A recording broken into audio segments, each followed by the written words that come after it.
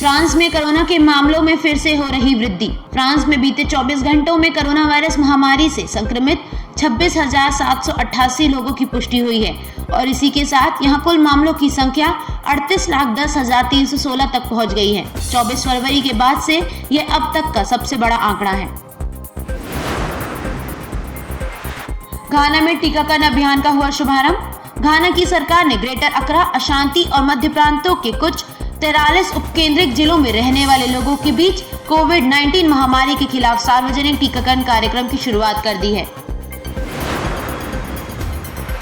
Spain में corona से मरने वालों की संख्या 70,000 के पार।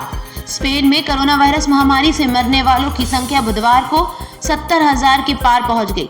यहां के स्वास्थ्य मंत्रालय द्वारा जारी सूचना के अनुसार बीते 24 घंटे में वायरस ने 446 लोगों की जानें ले ली हैं। स्पेन में अब तक मरने वालों की संख्या बढ़कर 70,247 तक पहुंच गई है।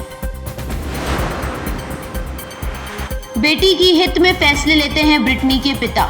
दुनिया भर के मशहूर गायिका ब्रिटनी स्पीयर्स के पिता जेमी का कहना है कि वे अपनी बच्ची के हित को ध्यान में रखते हुए अपना हर फैसला लेते हैं।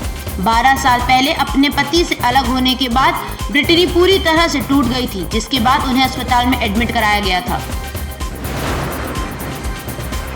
स्वास्थ्य और पोषण के क्षेत्र में काम करना चाहती है वानी कपूर। अभिनेत्री वानी कपूर ने कहा कि वह भविष्य में स्वास्थ्य और पोषण के क्षेत्र में काम करना चाहती है। वानी ने कहा, बॉलीवुड में आने से पहले से ही समग्र जीवन शैली मेरे जीवन का एक अहम हिस्सा रही है।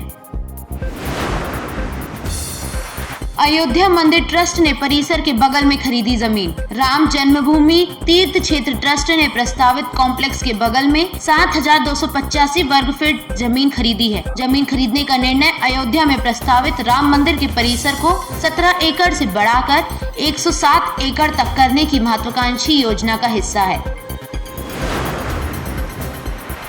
4 मार्च को हमले को लेकर अमेरिकी कैपिटल अलर्ट पर। अमेरिकी कैपिटल पुलिस ने कहा कि उसे एक मिलिशिया समूह द्वारा कैपिटल पर हमला करने की संभावित साजिश के बारे में पता चला है।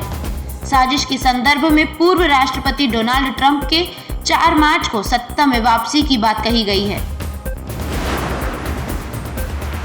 रूस में एक दिन में कोरोना के 10,535 नए मामले। रूस में एक दिन में कोविड-19 के 10,535 नए मामले सामने आए। ये एक दिन पहले की संख्या के लगभग बराबर ही है। देश के कोविड रिस्पांस सेंटर ने यह जानकारी दी।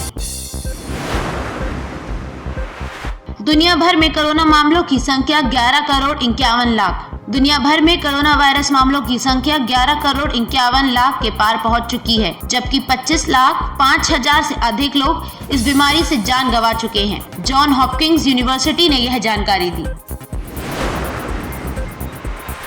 बीबीसी के शो में कॉलर ने पीएम मोदी की मां के लिए अपमानजनक टिप्पणी की।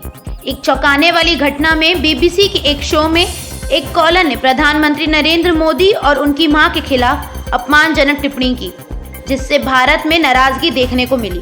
बाद में बीबीसी ने माफी मांगी। यह घटना बीबीसी एशियन नेटवर्क के बिग डिबेट के दौरान 1 मार्च को हुई थी। चर्चा का अधिकांश हिस्सा ब्रिटेन में सिखों और भारतीयों के नस्लीय भेदभाव के आसपास केंद्रित थी।